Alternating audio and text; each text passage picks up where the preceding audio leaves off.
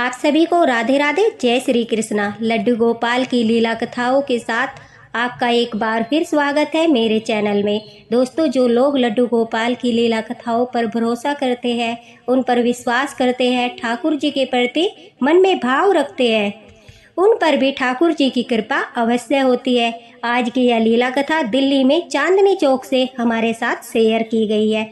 दिल्ली में जो भक्त रहते हैं, लड्डू गोपाल भक्त, बाके बिहारी जी के भक्त, उन सबको तो यह बात अवश्य ही पता है कि वहाँ से हर सेठ के यहाँ से उनकी जो दुकानें हैं, उनकी चाबियाँ वृंदावन धाम हर रोज़ सुबह को जाती है और ठाकुर जी के चरणों में उन चाबियों को लगाकर लाने के बाद ही सभी लोग अपनी दुकानों को खोलते हैं। इसके लिए एक गाड़ी की व्यवस्था की गई है जो हर रोज बिहारी जी के मंदिर सभी की जो है चाबियां लेकर जाते हैं।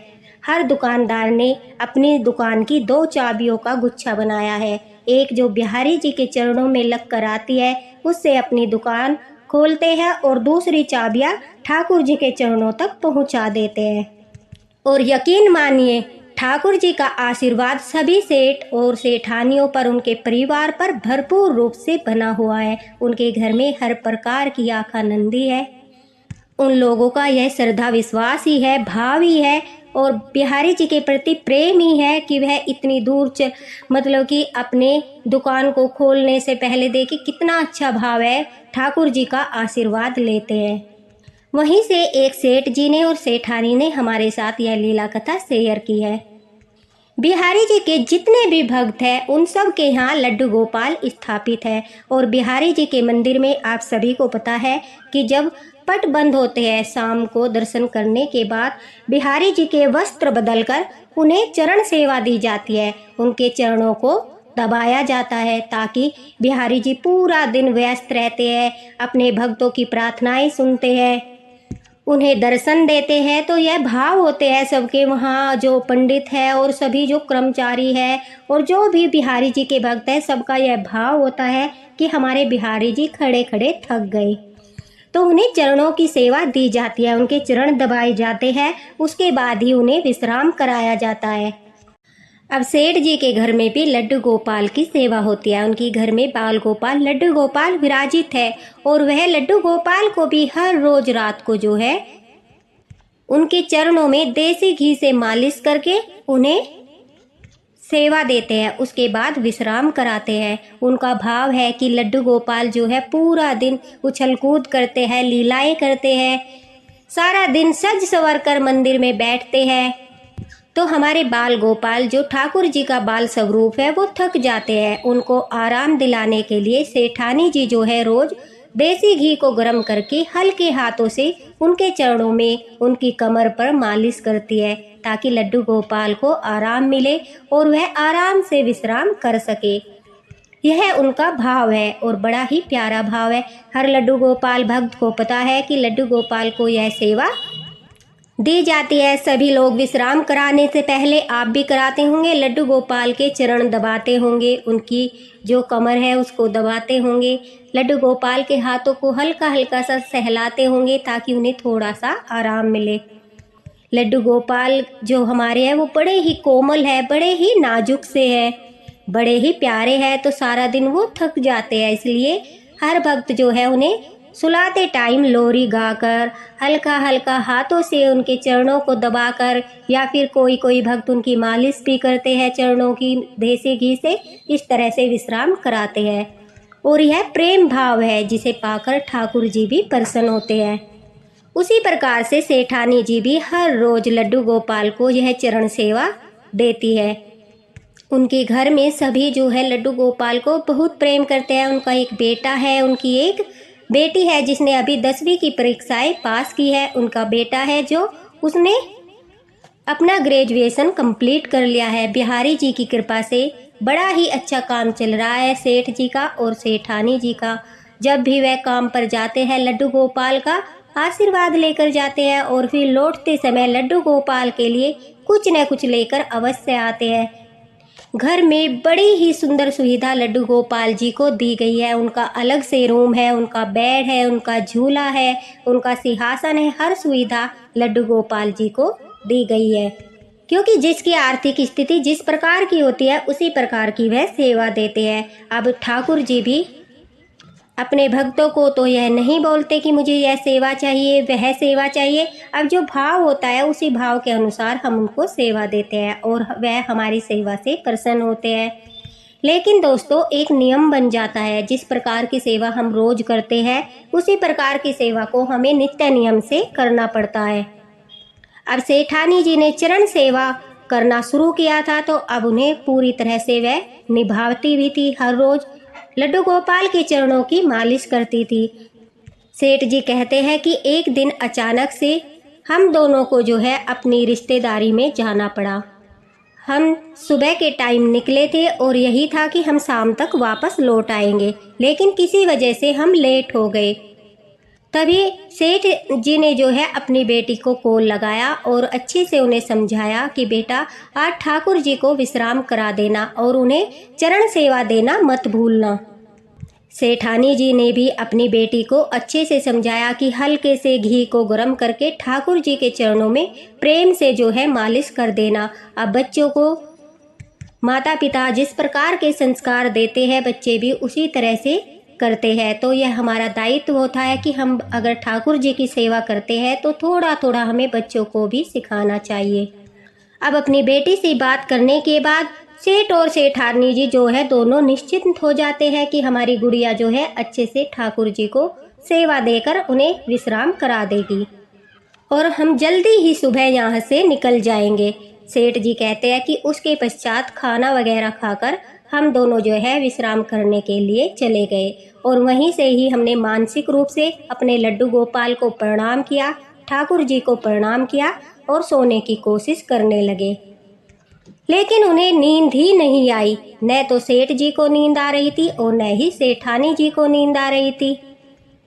अब सेठ जी कहते हैं कि अचानक से उनके पैरों में दर्द होने लगा। सेठानी जी जो है वो दूसरी तरफ मुंह करके लेटी थी। अब सेठ जी ने सोचा कि अब मैं सेठानी को उठाऊंगा, परेशान करूंगा तो यह भी परेशान हो जाएगी। तो इस बात के लिए वह सेठानी जी को कुछ नहीं बोलते और अपने पैर के दर्द के कारण परेशान रहते हैं। अब जब काफ़ी देर हो गई तो सेठ जी ने जैसे ही मुड़कर देखा तो सेठानी जी भी अपने हाथों से अपने पैरों को दबा रही थी। तभी सेठ जी ने उनसे पूछा, अरे क्या हुआ, तुम इस तरह अपने पैरों को क्यों दबा रही हो? तभी सेठानी जी ने कहा कि मुझे पता नहीं, अचानक से पैरों में दर्द हो रहा है। और आश्चर्य करने वाली बात यह थी कि सेठ जी बताते हैं कि उन्हें पहले दर्द की शिकायत रहती थी, लेकिन जब से उनके घर में ठाकुर जी आए थे, लड्डू गोपाल आए थे और विराजित हुए, तब से उन्होंने चरण सेवा देना प्रारंभ किया था, तब से उनकी यह शिकायत बिल्कुल खत्म हो गई थी।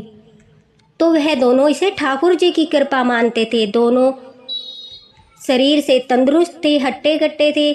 शरीर की वजह से उन्हें घुटनों में दर्द रहता था, तो वह यही सोचते थे कि यह तो जो बीमारी है हमारी जीवन भर रहेगी। लेकिन कहते हैं कि ठाकुर जी के आने के बाद यह चमत्कार हुआ कि जब से उन्होंने उन्हें चरण सेवा देना शुरू किया तो दोनों को पैरों का दर्द कभी नहीं हुआ।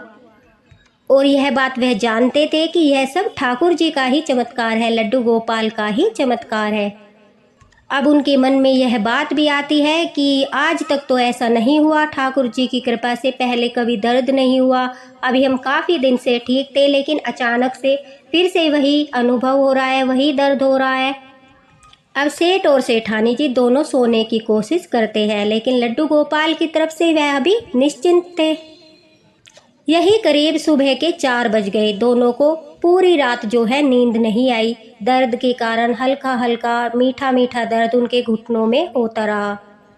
अब सुबह के 4 बजे पूरी रात जागने के बाद सेठानी जी को हल्की हल्की नींद आने लगी और नींद आते ही एक अजीब सी घटना उनके साथ होती है। उन्हें एक छोटा सा बच्चा सपने में दिखाई देता है। सेठानी जी कहती है कि एक छोटा सा बच्चा हाथों में देसी घी का पात्र लिए हुए बैठा था और उन्हें अपना मंदिर दिखाई दे रहा था, जैसे कि उनके मंदिर में एक छोटा सा सांवला सा बच्चा बैठा है और हाथ में घी का पात्र लिए हुए है और वह बार बार दरवाजे की तरफ देख रहा है। अब सेठानी जी कहती है कि जब काफ़ी देर उसे गेट की तरफ देखते हुए हो गया, वह सुंदर सलोने मुख वाला छोटा सा बच्चा अपने नन्हे नन्हे हाथों से अपने पैरों पर घी की मालिश कर रहा है।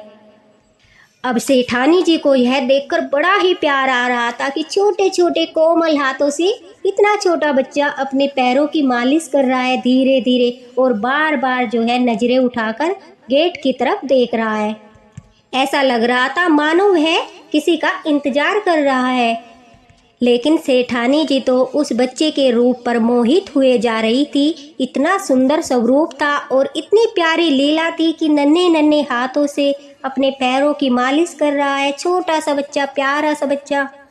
सेठानी जी सौपन में ही अपनी सुध बुध खो गई थी, क्योंकि वह इतना सुंदर स्वरूप था। जो भी ठाकुर जी का दर्शन पा लेता है उसका जीवन धन्य हो जाता है।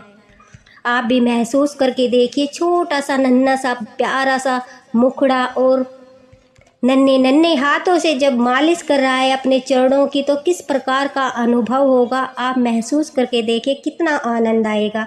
तभी सेठानी जी कहती है कि अचानक से उनकी आंखें खुलती है और वह सेठ जी को बोलती है, उठिए उठिए, जल्दी उठिए, हमें अभी घर जाना है।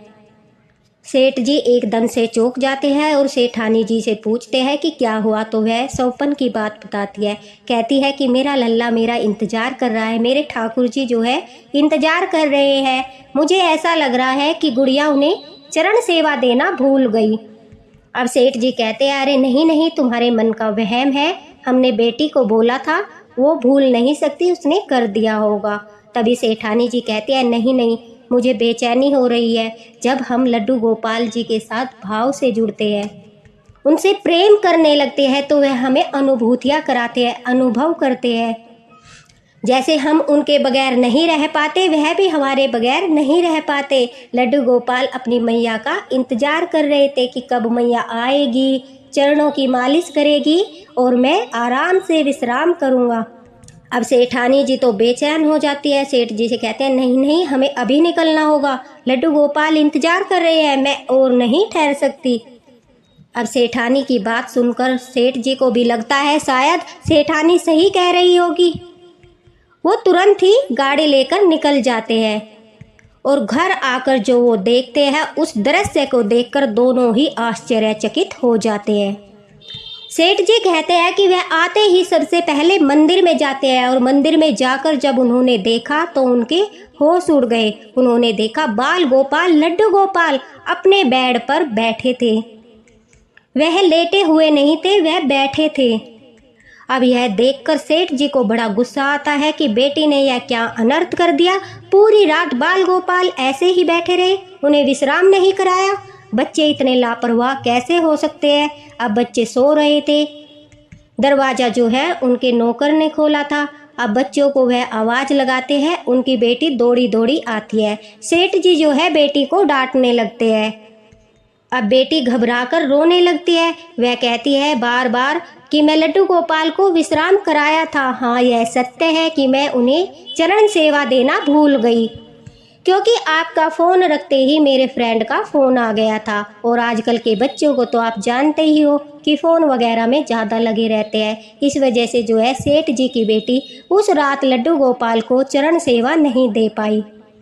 वह कहती है कि लेकिन मुझे बिल्कुल एकदम पक्का याद है, मैंने लड्डू गोपाल को जो है विश्राम कराया था। मैं नहीं जानती है सब कैसे हुआ, लेकिन मैंने विश्राम कराया था। वह बार बार इसी बात को दोहराई जा रही थी।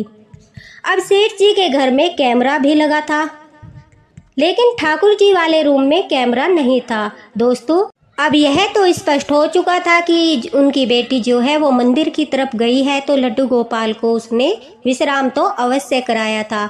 अगर वह झूठ बोलती तो वह यह भी बोल सकती थी कि उसने ठाकुर जी को चरण सेवा भी दी है, लेकिन उसने बिल्कुल सच बताया। वह बार बार रोकर यही कह रही थी, नहीं, मैंने लड्डू गोपाल को विश्राम कराया था। मैं नहीं जानती कि वह आपको बैठे हुए किस प्रकार से मिले। अब सेठानी जी और सेठ जी लड्डू गोपाल के चरणों में गिर जाते हैं। उन्हें विश्वास हो जाता है कि यह लड्डू गोपाल की ही लीला है। जैसे घर में एक बच्चा होता है, वो अपनी मैया के बगैर नहीं सो पाता, उसी तरह लड्डू गोपाल भी रात भर सेठानी जी के बगैर नहीं विश्राम किए, नहीं सो पाए। वह अपने बिस्तर पर ही बैठ गए और वह उन्हें बार बार अनुभूति कराते रहे कि मैया आज मुझे चरण सेवा नहीं मिली, क्योंकि उनका लालच सेठानी जी से चरण सेवा लेने का नहीं बल्कि उस प्रेम का था, उस भाव का था जिस भाव से वो इन्हें चरण सेवा देती थी। जिस प्रकार से वह लोरी गाकर उनके चरणों की मालिश करती थी, वही लालच ठाकुर जी को था कि मैया आएगी, चरणों पे मालिश करेगी, लोरी सुनाएगी। क्योंकि जिस प्रकार का भाव और प्रेम हम ठाकुर जी से करने लगते हैं तो ठाकुर जी भी हमारे प्रेम के लालची हो जाते हैं, हमारे भाव के लालची हो जाते हैं। तो उन्हें हमारी धन दौलत ऐशो आराम नहीं बल्कि हमारा प्रेम चाहिए, हमारे भाव चाहिए।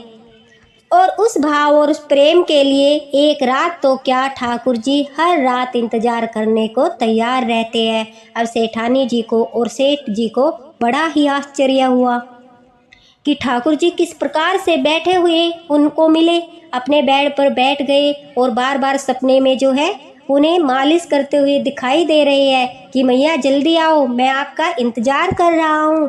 और इतना अद्भुत दृश्य और दर्शन पाकर सेठानी जी तो धन्य हो गई। उस दिन से उन लोगों ने निर्णय किया, यह तो सेठ जी या फिर सेठानी जी, एक व्यक्ति अवश्य ही घर पे रहेगा या फिर वह लड्डू गोपाल को साथ लेकर जाएंगे, अन्यथा वह चरण सेवा देने के बाद ही घर से निकलेंगे। और आज तक अपने इस नियम को वह निभा रहे हैं। देखिए, अगर लड्डू गोपाल की सेवा में हम कोई नियम बनाते हैं तो हमें उसे निभाना भी चाहिए, क्योंकि लड्डू गोपाल जो है वो भी लालची हो जाते हैं हमारे प्रेम के, हमारे भाव के। अब वो इंतज़ार करते हैं कि कब भक्त आएंगे, अपना प्रेम बरसाएंगे। तो जो लोग कहते हैं कि लड्डू गोपाल लीलाएं नहीं करते, ये सब कहने की बातें होती है, मन के भाव होते हैं, अनुभूतियाँ होती है, ऐसे कोई चमत्कार नहीं होता, लड्डू गोपाल मूर्ति होते हैं। तो ऐसे ऐसे भक्त हैं जो उनकी लीलाएं बताते हैं, तो हम उन लीलाओं पर विश्वास करें या न करें यह हमारे ऊपर निर्भर करता है। लेकिन लड्डू गोपाल सचमुच जागृत है और वह लीलाएं करते हैं। जो भी भक्त ऐसी लीलाएं हमारे साथ शेयर करते हैं, बड़ा ही आनंद मिलता है, आनंद की अनुभूति होती है और एक तरह से हम भी उस लीला का हिस्सा बन जाते हैं, क्योंकि ठाकुर जी ही हम तक वह लीला पहुंचाते हैं। हम तो सिर्फ माध्यम है जो आप लोगों तक शेयर करते हैं। आप उस पर कितना भरोसा करते हैं, कितना विश्वास करते हैं, वह आपके ऊपर निर्भर करता है। लेकिन लड्डू गोपाल तो अपने हर भक्त के लिए बराबर का प्रेम लुटाते हैं। जो भी सच्चे भाव से, समर्पण भाव से उनकी सेवा करता है, उन्हें दर्शन भी देते हैं और उन्हें लीलाएं भी दिखाते हैं, जिससे लड्डू गोपाल भक्तों का विश्वास उन पर और अधिक बढ़ जाता है। दोस्तों, मिलते हैं ऐसी ही लीला कथाओं के साथ। तब तक के लिए राधे राधे, हरे कृष्णा। लड्डू गोपाल की कृपा आप तक बनी रहे और सेठ जी का बहुत बहुत धन्यवाद। इतनी प्यारी लीला कथा हम लोगों के साथ उन्होंने शेयर की। ठाकुर जी की कृपा उन पर भी हमेशा बनी रहे। अगर आप भी कोई लीला कथा शेयर करना चाहते हैं तो डिस्क्रिप्शन बॉक्स में फेसबुक लिंक दे दिया है, आप वहां पर शेयर कर सकते हैं। राधे राधे, हरे कृष्णा।